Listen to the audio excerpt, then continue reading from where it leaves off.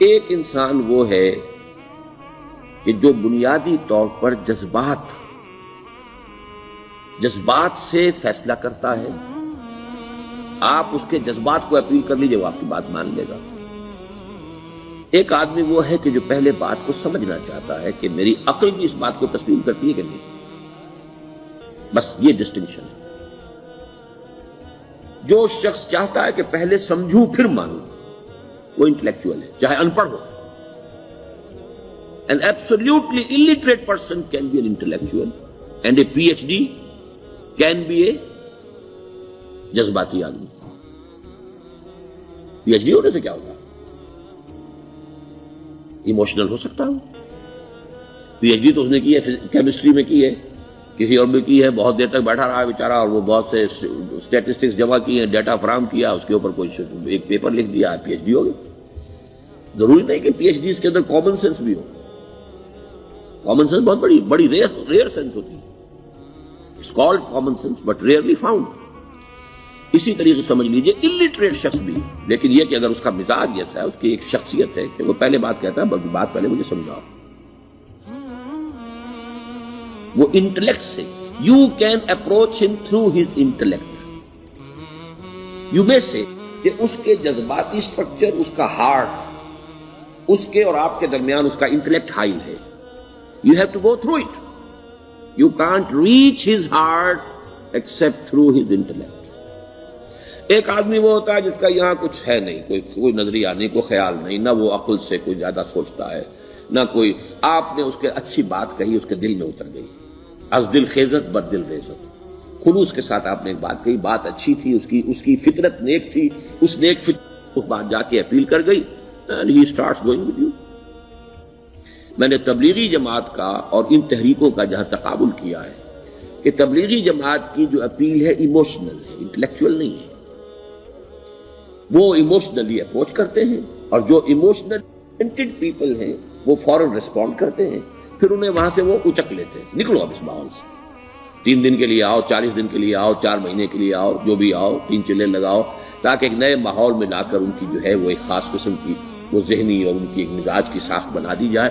تو یہ ان کا طریقہ بہت صحیح ہے. It's very perfect. ان کی میتھڈالوجی میں کوئی لوپ ہول نہیں ہے، یہ میں آپ کو بتا دیتا ہوں. اس لیے کہ آج اس کے شخص کے دل میں ایک اچھا جذبہ ابھرا ہے، اور وہ کل ہو سکتا ہے نہ رہے. You cash it. ابھی کیش لو، ان سے نقد لو، نکالو بھائی، وقت نکالو، نقد. اور ان کا بڑا پیارا جملہ ہے، گھر گئے تو گر گئے. بڑا پیارا جملہ، گھر گئے تو گر گئے. یعنی یہی وعدہ تو کر لو نا کہ بھائی ارادے تو کر لو. بڑا پیارا انداز ہے یہ. بھائی ارادے تو کر لو. وہ ارادہ کر لیا تو آپ ایک وعدے کی وجہ سے بند گئے. اب یہ کہ اچھا بھائی چلو نکلو. اب نکل گئے تو پھر تو ان کے قابو میں آئی گئے. اب آپ انہوں نے 24 گھنٹے وہ آپ کو جو ہے اس میں رکھنا ہے کہ وہ آپ اپنی ساری سوچ وہ سب کی سب جو ہے وہ سب جاتی رہے گی. تو یہ اپنی جگہ پر اس سے ویری پرفیکٹ میتھڈالوجی، لیکن اس کی اپیل لمیٹڈ ہے to emotional people, not to intellectuals. ہاں ان میں ہیں پروفیسرز ہیں، یہ ہیں ڈاکٹرز ہیں، لیکن وہ ضروری نہیں کہ انٹلیکچوئل ہے. پروفیشنل ہے، ان کا ایک اپنا ایک سمجھ ہے، اس میں کام کرتے ہیں. تو یہ جو ایٹیچیوڈ ہے کہ ذہن کے راستے سے اپروچ کرنا، اسی لیے قرآن کی اپیل کیا ہے؟ افلا تعقلون، افلا یعقلون، افلا تذکرون. ساری باتیں عقل سے کہا. ابھی میں نے جیسا کہ آپ کو بتایا، قرآن تو یہ کہتا ہے کہ بغیر یا تو عقل سے بات مانی جائے گی، اور یا قرآن کی بات مانی جائے گی، یا رسول کی بات مانی جائے گی.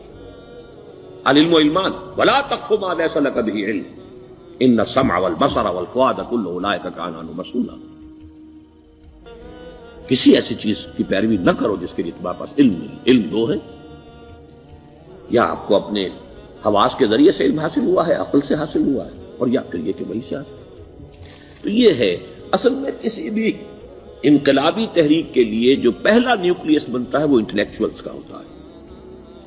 پھر یہ کہ وہ چیز جو ہے عام لوگوں کے اندر بھی نیچے اترتی ہے. اس کے بعد جو فائنل سٹیج ہوتی ہے اس میں تو آپ کو عوام کو موٹیویٹ کرنا پڑے گا. اب وہ وہاں انٹلیکچوئل اپیل نہیں چلے گی، وہاں پھر ایموشنل اپیل چلے گی. لیکن وہ کب چلے گی؟ جبکہ ایک مضبوط جماعت ایسی پیدا ہو چکی ہو کہ جو سمجھ کر آئی ہو، علی وجہ البصیرت مان رہی ہو چل رہی ہو اپنی دونوں آنکھیں کھول کر چل رہی ہو، پھر ڈسپلنڈ ہو، پھر جو کچھ کہہ رہی ہے وہ کر بھی رہی ہو، ایسی مضبوط جماعت ہوگی تو ایک عوامی جو ہے کوئی تحریک اٹھا کر اسے کنٹرول کر سکتی ہے، اسے ایک ڈائریکشن کے اندر رکھ سکتی ہے، ورنہ عوامی تحریک کو کوئی کر سکتا ہے؟ عوامی تحریک خود بخود بھی دائیں بائیں کسی طرف بڑھ جائے گی، جوش اور جذبات کے اندر، تو پھر انسان جو ہے وہ پھر ادھر سے ادھر نکل جاتا ہے، پھر وہ حد اعتدال پر نہیں رہتا۔ اس کو کنٹرول کرنے کے لیے جیسے ریڑھ کی ہڈی ہے انسان کے جسم میں، وہ جب تک کھڑی ہے میرا پورا پوسچر کھڑا ہے، اگر اس میں سے کوئی ایک منکا بیٹھ گیا تو کوب نکل آئے گی انسان کی۔ تو وہ ریڑھ کی ہڈی جو ہے وہ جماعت ہے، انقلابی جماعت، جو کہ اسلامی انقلاب میں حزب اللہ، جو ہم تنظیم اسلامی کے تحت کوشش کر رہے ہیں بنانے کی، اور یہ کہ اس کے لیے انٹلیکچوئل اپروچ کے لیے یہ سارا معاملہ ہے کہ جو اسلام کی نشأت ثانیہ سے شروع ہوا اور یہ سارا کام جو اب ہو رہا ہے، آپ سے بات ہو رہی ہے، آپ کو سمجھانے کی کوشش ہو رہی ہے کہ دین کو سمجھیے کہ دین ہے کیا، اس کا ہدف کیا ہے، اس کا بیسس کیا ہے، اس میں پرائرٹیز کیا ہیں، یہ ساری چیزیں کہ سمجھ سے آئیں آپ کے اندر، پھر آپ سمجھ کر اس شے کو قبول کریں۔ یہ ہماری پرائرٹی ہے۔ ہم آپ کو ایموشنلی موٹیویٹ کر کے حرکت میں نہیں لانا چاہتے۔ وہ سٹیج آئے گی، جب آئے گی، اگر وہ مضبوط جماعت پہلے تیار ہو جائے تو پھر وہ سٹیج آئے گی، پھر عوام کو موٹیویٹ کریں گے۔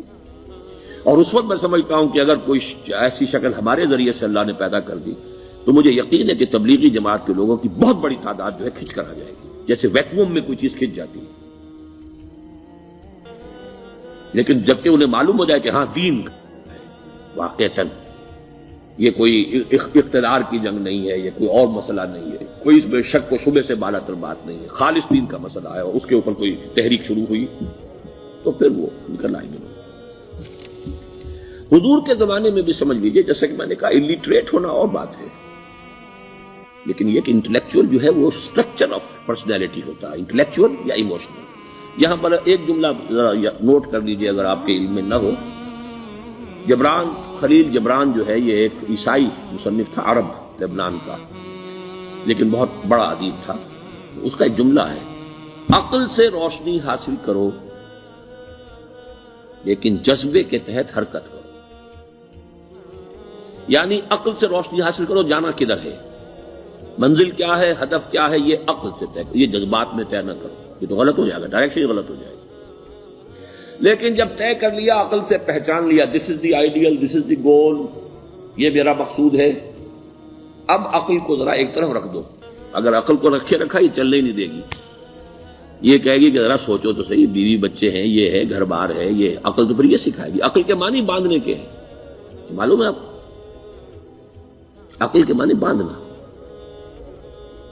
اقال جو یہ عرب لوگ اپنے سر کے اوپر یہ لگتے ہیں، اقال، یہ کیا تھا اصل میں؟ یہ عرب بدو جب ہوتا تھا، بدو وہ اپنے سر پر ایک رسی باندھ لیتا تھا کہ جہاں کہیں وہ اونٹ سے اترے گا وہ رسی اپنے سر پر سے کھولے گا اور اونٹ کا گھٹنا اس سے باندھ دے گا۔ ایک گھٹنا باندھ دیتا تھا تاکہ اب یہ اونٹ دوڑنے کے قابل نہیں رہا، 3 پاؤں سے اچک اچک کر، ادھر سے کوئی کیکر کا درخت ہے کچھ کھا لے گا، کہیں اور چلا جائے گا، دوڑ تو نہیں سکتا۔ اس رسی کو وہ اقال کہتے تھے۔ اب جب اس نے پھر چلنا ہے، سفر شروع کرنا ہے، وہ رسی اونٹ کے گھٹنے پر سے کھولی اور اپنے سر پر باندھ لی۔ یہ اقال تھا جو اب یہ سنہری اقال باندھے پھرتے ہیں بادشاہ لوگ۔ That is the basis of their اقال۔ اسی لیے حدیث آتی ہے کہ ایک بدو، ایک عرب باہر سے آئے، اونٹنی کو انہوں نے بغیر باندھے، وہ مسجد نبوی سے باہر حضور نے دیکھا کہ وہ اونٹنی کو انہوں نے باندھا نہیں، اس کا گھٹنا، اور وہ چلے آئے۔ حضور نے پوچھا کہ تم نے اونٹنی کا گھٹنا کیوں نہیں باندھا؟ انہوں نے عرض کیا کہ میں نے اللہ پر توکل کیا۔ تو حضور نے فرمایا یہ غلط ہے، اعقلھا ثم توکل، پہلے اس کو باندھ دو پھر توکل۔